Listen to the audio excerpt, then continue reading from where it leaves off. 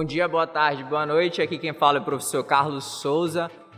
Iniciaremos aqui o nosso trabalho, a apresentação do nono ano B sobre os efeitos psicológicos durante a pandemia. Bom dia, nosso grupo vai falar sobre carência afetiva na pandemia. Nossos integrantes são Ana Clara, Carlos Arthur, Maria Clara, Rogério Câmara, Diego Oliveira, Eduardo Helena, John Kennedy e Rafael Fernandes.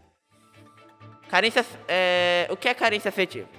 É um estado de dependência emocional bastante severo nas pessoas. É bastante visível quando o indivíduo precisa estar com alguém para que se sinta amado e feliz. Por que somos tão carentes? A forma que recebemos carinho durante a vida impacta em nosso modo de dar e receber carinho. Adultos com carência afetiva são resultado de crianças que não receberam o devido carinho, que foram abandonadas ou rejeitadas de algum modo.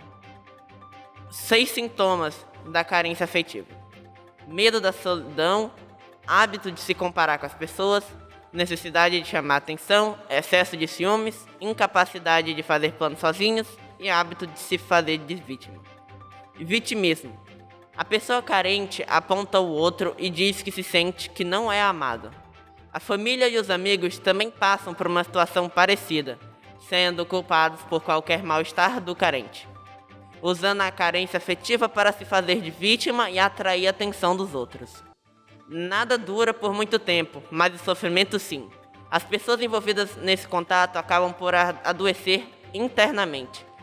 Para o carente, é difícil permanecer em relacionamentos muito longos, pois os amigos não aguentam a pressão e acabam sendo vistos como um fardo demais para carregar. É possível manter a mesma vontade de fazer o outro feliz como ele espera. Por isso, é comum ver o carente entrando de cabeça em qualquer chance de relacionamento.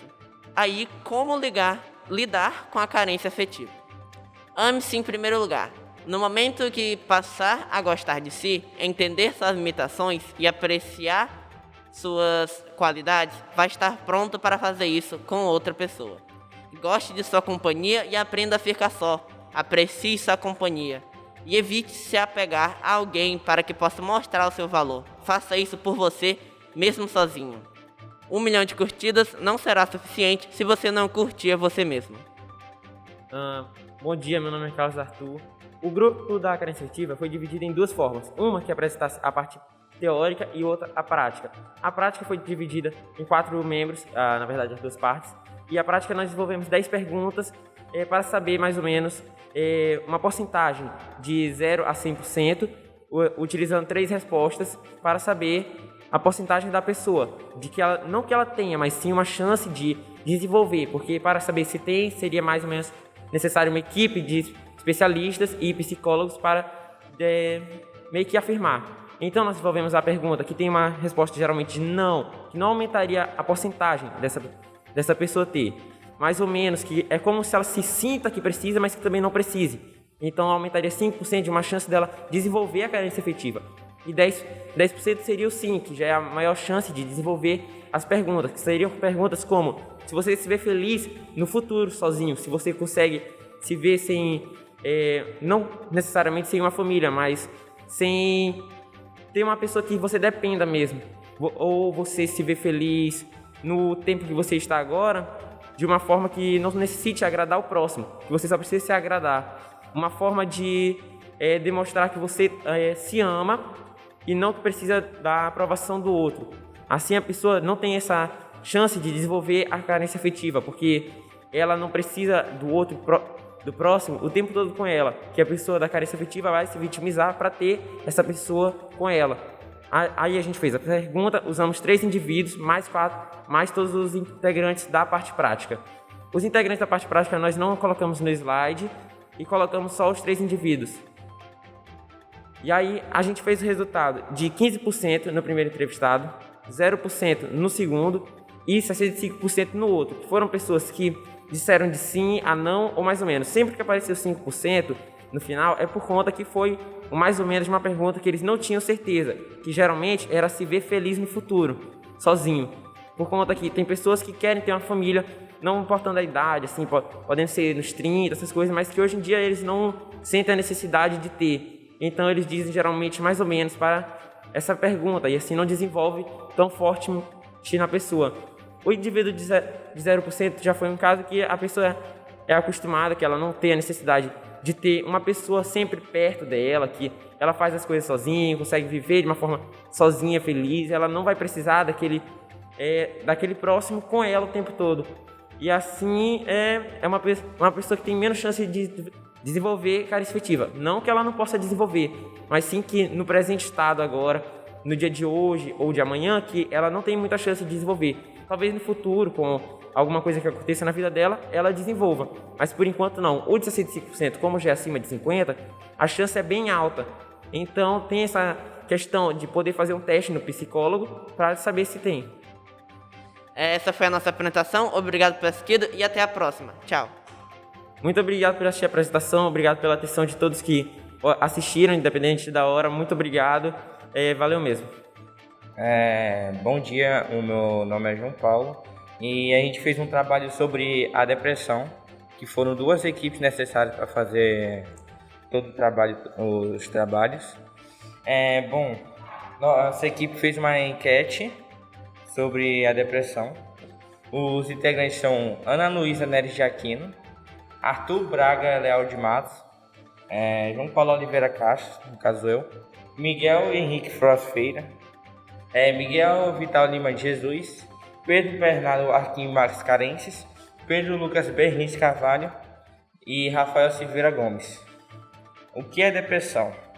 A depressão é caracterizada pela falta de interesse em atividade que antes as pessoas praticavam, mas não é somente esse sintoma, varia de pessoa para pessoa. Ela pode afetar várias partes do corpo, como físico, mental ou comportamento. Exemplo como ansiedade, insônia, perda ou ganho de peso, irritabilidade, tristeza profunda, falta de vontade em fazer as coisas que eram prazerosas, entre outros, são os sintomas da depressão. Mediante a isso, várias pessoas apresentaram ter sintomas de depressão, então a nossa equipe resolveu disponibilizar uma enquete para a turma de 9º ano e 1º ano para coletarmos dados sobre isso. E são 3 perguntas. A primeira, você teve algum sintoma de depressão antes ou durante a pandemia?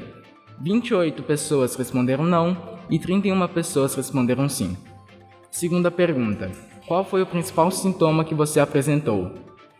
10 pessoas responderam insônia, 11 pessoas responderam alteração do apetite, pensamentos negativos constantes, foi um total de 21 pessoas, outros 18 pessoas e não tive sintomas, 22 pessoas. Terceira e última pergunta, qual seria seu principal fator para ter esses sentimentos ou esses sintomas anteriores?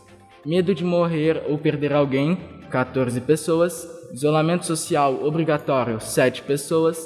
Medo de pegar Covid ou transmitir, 3 pessoas. Outros, 37 pessoas. Não tive fator, 8 pessoas. Então é isso, obrigado pela atenção de todos e muito obrigado por terem assistido. E é isso, tchau e obrigado. Até a próxima. Obrigado. Bom dia, eu me chamo Estela e eu sou Daniel e a gente vai falar sobre a ansiedade e seus efeitos na pandemia. A gente optou pelo formato de vídeo, pela reutilização até em redes sociais. Boa tarde, meu nome é Daniel e eu vim aqui falar sobre alguns efeitos da ansiedade agora na pandemia. Bom, durante a pandemia houve um aumento tanto de crises de ansiedade como de casos aqui no Brasil e fora do mundo também. Bom, a gente tem que saber como evitar que essas crises ocorram e como manter nossa mente ocupada. O que os especialistas afirmam é que devemos manter nossa mente ocupada fazendo coisas que gostamos, fazendo atividades, sejam físicas ou mentais, e tentar manter nossa agenda, só que por meio online. E tentar não ficar pensando muito sobre Covid, porque isso pode acabar causando uma crise de ansiedade, etc. Bom, agora iremos apresentar o vídeo que foi feito conjunto com o psicólogo Braulio, para explicar um pouquinho sobre o que é ansiedade. Oi, sou César e vou falar sobre ansiedade. A ansiedade é um transtorno psicológico que causa medo, pressa e agitação. E se não for tratada, o indivíduo pode ter crise de pânico ou até mesmo depressão. Os principais sintomas são suor excessivo, roer unhas, tremedeiras em algumas partes do corpo e batimentos cardíacos acelerados. Também existem tipos de ansiedade, como por exemplo o toque, o transtorno pós-traumático e pode causar também fobia. Meu nome é Daniel Luca e esse aqui é o... Braulio, sou psicólogo clínico e trabalho com crianças autistas. A gente veio aqui falar sobre ansiedade. Então, primeiramente, Braulio, o que é ansiedade? A ansiedade é uma preocupação interna, um medo excessivo de algumas situações onde ela pode ocorrer ou não, né? E às vezes, devido a essa ansiedade, o paciente ele pode ter sudorese, pode ter uma frequência dos batimentos cardíacos, uma respiração mais ofegante, etc.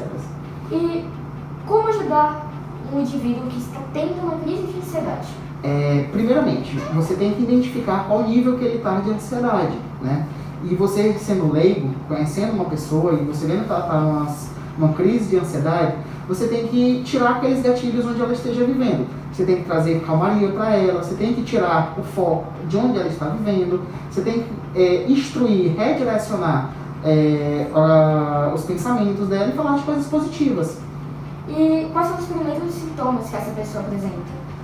Existem os sintomas que a pessoa apresenta, que é quando ela já tem a ansiedade e quando ela está no processo. Quando ela já está com ansiedade, são aqueles que eu falei. E quando ela está no processo de iniciar a ansiedade, ela tem falta de apetite, ou um apetite exagerado, ela tem falta de sono, ela tem uma vida muito descontrolada e relacionada a outras pessoas, ela tem um exagero muito grande devido ao outro, ou ela tem a tendência muito de se isolar. E tem como tratar a ansiedade? Sim, a gente trata a ansiedade com ajuda medicamentosa, como no caso indo ao psiquiatra, quando é uma ansiedade muito exagerada. Quando nós estamos tratando com o psicólogo, né, e aí o psicólogo ele vai utilizar formas e métodos dentro da terapia para que você consiga identificar o teu próprio ponto de gatilho e saber lidar com aquilo dali. O outro método é o autoconhecimento, né? É o autotratamento que a gente fala. Então, assim, se eu percebo que eu fico ansioso quando eu faço determinado tipo de situação, eu preciso saber, né, o que está me causando ansiedade pelaquela situação. E aí eu posso fazer várias coisas. Melhorar a qualidade de sono, ter uma alimentação mais saudável, diminuir bebidas alcoólicas, evitar álcool, cafeína. E é isso. Essa foi a entrevista sobre ansiedade. Obrigada a todos que assistiram o vídeo e boa tarde a todos. Bom dia, meu nome é Júlia e essa aqui é a Rafa. Hoje a gente vai falar um pouco sobre a compulsão alimentar. Esse slide foi feito por mim, Júlia Rodrigues, Caroline, Sofia e Júlia Tamires. Introdução. A compulsão alimentar é considerada um transtorno alimentar caracterizado pela ingestão excessiva de alimentos. Então, a pessoa ela pode acabar comendo mesmo se não houver fome ou se o corpo estiver precisando de algum alimento. Principais sintomas. A pessoa ela pode acabar comendo mais rápido do que o normal, passa a comer quando não está com fome, come sozinha ou escondida das pessoas, pode apresentar problemas afetivos e vício com jogos de azar e bingo. Tratamento. Para um tratamento com bons resultados, um clínico psicológico e nutricionista são um dos especialistas indicados com resultados terapêuticos e, assim como os demais, a interação da família é primordial. Durante a pandemia, a fadiga social causada pelo isolamento, o medo da doença, a perda da própria vida ou de entes queridos e a carência de perspectivas para o fim da pandemia são sentimentos que podem ter um efeito muito perigoso na psicologia das pessoas. Bom dia. Os integrantes do meu grupo são a Jaiane Yasmin dos Santos Teles, Miguel Kenzo, Rafael, eu e Wesley Dutra Alves. Com a chegada da pandemia, muitas pessoas se viram obrigadas a ficarem em casa, longe do convívio social, do lazer, dos exercícios. Com isso, as pessoas passaram a desenvolver doenças, dentre elas a compulsão alimentar. Estudos informam que estes transtornos estão associados à depressão. As pessoas com episódios de compulsão alimentar apresentam quadros de hiperfagia, que é o aumento anormal do apetite ou ingestão excessiva de alimentos. O tratamento para este transtorno deve englobar médicos psiquiatras, psicólogos e nutricionistas. Pessoas que sofrem de transtornos alimentares sentiram de forma ainda mais forte todas essas mudanças e sentimentos negativos. E elas não são poucas. Para ter uma ideia, apenas no Brasil, 4,7% da população sofre de algum transtorno de compulsão alimentar, segundo os dados da Organização Mundial de Saúde, OMS. Gatilhos para a má nutrição. A ansiedade desencadeada pela falta de contato social pode levar muitas pessoas a um desequilíbrio bioquímico e instintivamente a buscar as soluções em sensações de prazer rápido, como o consumo de alimentos que a pessoa mais gosta. Isso pode levar o indivíduo a comer para se sentir melhor toda vez que se sente mal. O isolamento contribui para os chamados gatilhos emocionais, que estão associados à compulsão alimentar, ao início de um quadro de sobrepeso ou até mesmo de obesidade. Como o isolamento social impacta os transtornos alimentares? Estudos recentes sugerem que os pacientes com transtornos mentais sofrem ainda mais os efeitos do período de isolamento forçado pelas medidas de enfrentamento da Covid-19, como é o caso das pessoas diagnosticadas com transtornos alimentares.